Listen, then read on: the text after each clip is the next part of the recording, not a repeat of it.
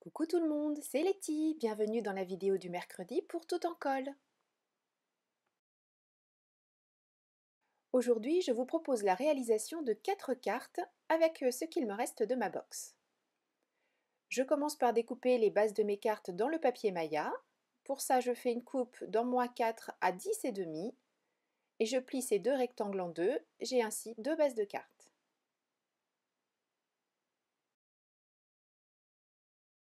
Pour la première carte, je prends un des papiers, un des plus foncés avec des petits motifs. Ça va me permettre de créer un fond. Je découpe donc un rectangle un tout petit peu plus petit que ma base de carte, de manière à garder un petit cadre blanc tout autour. Je fais la même chose pour le second, toujours dans le même style de papier et avec les mêmes dimensions. Pour être clair, j'enlève 5 mm aux dimensions que j'ai utilisées précédemment pour réaliser ma base de carte. Je continue la préparation de la première carte que l'on voit sur la gauche et pour ce faire, dans ce papier, je découpe un rectangle de 8 par 13 cm et je fais un pli à 1 cm sur 3 des côtés.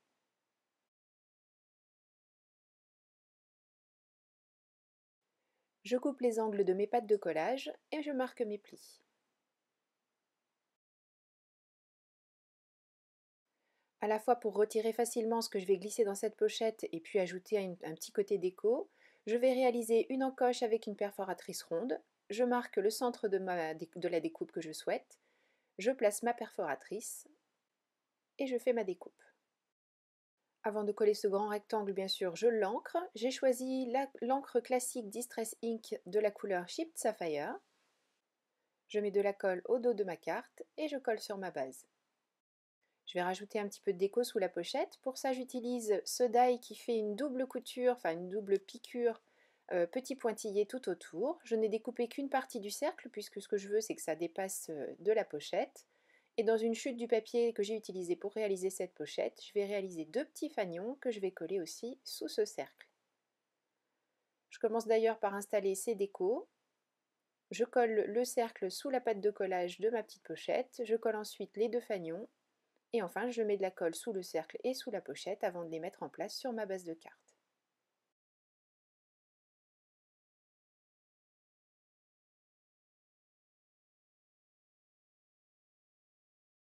Pour mettre dans la pochette, je vais réaliser un tag qui sera par la suite, dans mon idée en tout cas, un marque-page. Pour ça, je fais les repères en fonction de la pochette que j'ai déjà placée, je ne prends pas vraiment de mesure. Je vérifie que celle-ci s'insère bien et surtout, je vérifie à quelle hauteur je vais devoir couper mon tag. En l'occurrence, je vais prendre le même die que j'ai utilisé tout à l'heure pour la découpe, enfin la taille juste en dessous, mais je veux dire la même série.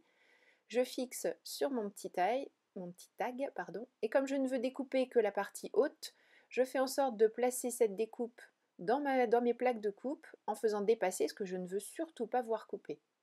Voilà, je fais un petit sandwich et je ne couperai que la partie qui passera entre les deux plaques.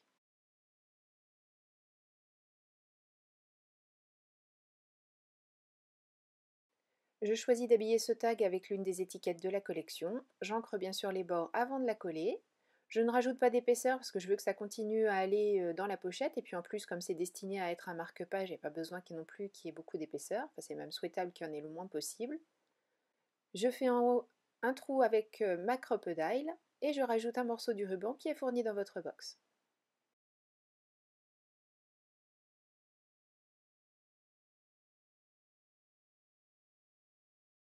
Du kit Mes Jolies Découpes, je vais prendre la découpe qui dit Bonne année.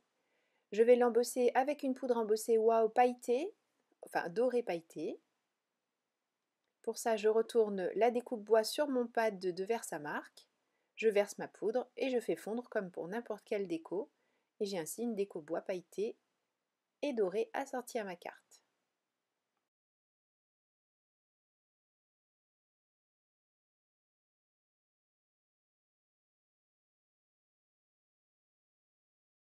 Avec le très joli tampon flocon qui est dans votre box, je vais rajouter une partie de ce flocon sur le détail que l'on a mis à gauche de la pochette. Pour ça, je protège ma pochette, je tamponne, je verse la poudre. Alors vous allez voir que du fait de l'épaisseur de la pochette, le tampon forcément n'a pas bien marché tout au bord, mais c'est pas plus mal puisque comme ça crée une petite, une petite marge. Par contre, si vous voulez que votre flocon soit parfaitement imprimé sur votre découpe, eh bien vous faites l'embossage avant de coller toutes les parties entre elles. Et avant de coller les derniers sequins qui viendront finir la déco de cette carte, je souhaite réaliser à nouveau ce flocon dans le coin de ma carte. Pour ça, je protège la partie blanche de la base de carte avec des petits morceaux de masking tape. Je les enlève une fois que j'ai mis ma Versamark. Je verse ma poudre et je fais fondre. Et ensuite, je peux rajouter tous les petits sequins.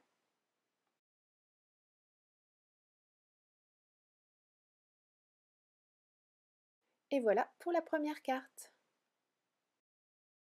Pour la deuxième, vous allez voir, c'est beaucoup plus facile.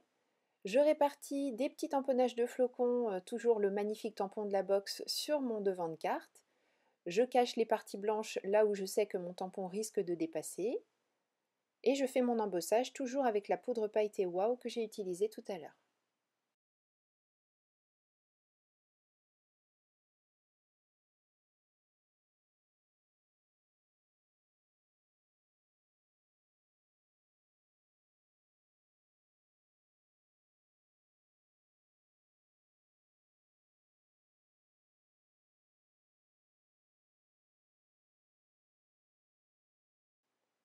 La déco principale sera cette étiquette de la collection. J'encre les bords, je la colle en place et je fixe ensuite dans le coin inférieur droit le dernier badge qu'il me reste de ma box.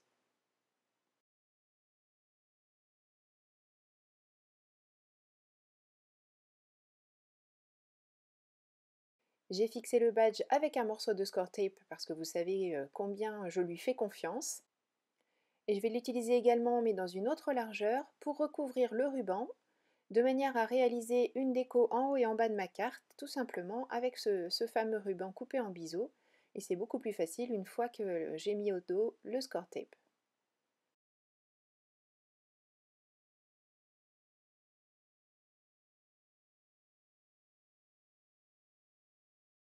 Carte numéro 2 terminée. Pour les prochaines bases de cartes, j'utilise toujours un demi à 4, mais j'ai découpé cette fois-ci à 14,85, tout simplement pour changer un petit peu la position de mes cartes. J'ai des cartes en format paysage au lieu de les avoir en format portrait cette fois-ci.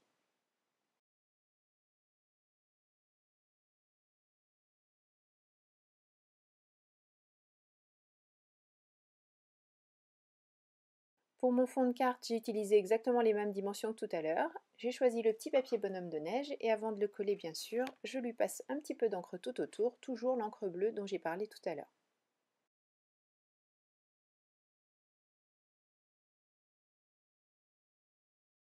Je prends dans mes chutes de papier pour réaliser une bande rectangulaire de la même largeur que ma carte. Par contre, la hauteur, je me fie vraiment à ce qu'il me reste de mon papier.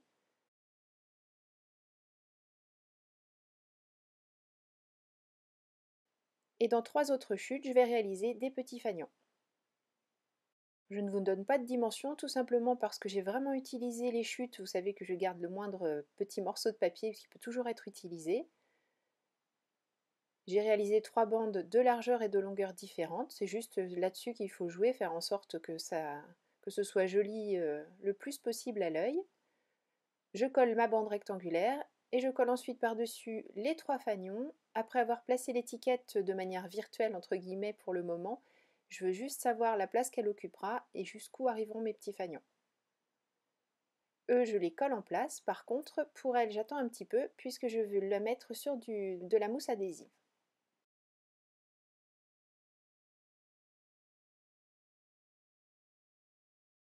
La dernière touche, enfin les dernières touches sur cette carte, c'est le collage de ce cœur en bois et la réalisation de petites fausses coutures à l'aide de mon stylo gel blanc autour de la mini bannière et autour de la grande bande bleu marine.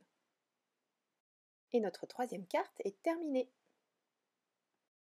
Pour la dernière, même principe de base, je découpe un grand rectangle que je colle sur ma base de carte après l'avoir ancré. Et comme tout à l'heure, je vais découper des bandes dans mes chutes de papier. J'ai choisi deux papiers, un papier uni, celui que j'ai utilisé pour faire le cercle tout à l'heure qui fait une impression de tissu. C'est celle-ci qui sera la plus grande. Je vais la coller comme je suis en train de vous montrer sur ma base de carte. Et je vais mettre ce petit écossais par-dessus pour réaliser la seconde décoration.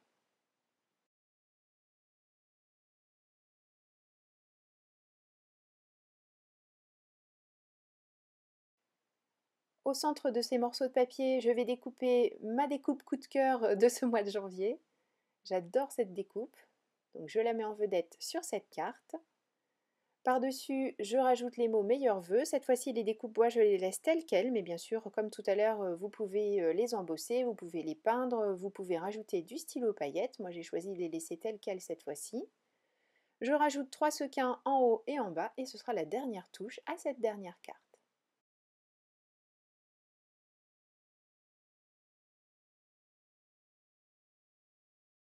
J'espère que ces 4 cartes vous ont plu. En tout cas, moi, j'ai pris beaucoup de plaisir à les réaliser. J'aime beaucoup cette collection de papier et puis tous les éléments qui sont dans la box et dans le kit Mes Jolies Découpes de ce mois de janvier. Donc j'espère que c'est un plaisir partagé. En tout cas, merci beaucoup à vous d'avoir suivi cette vidéo.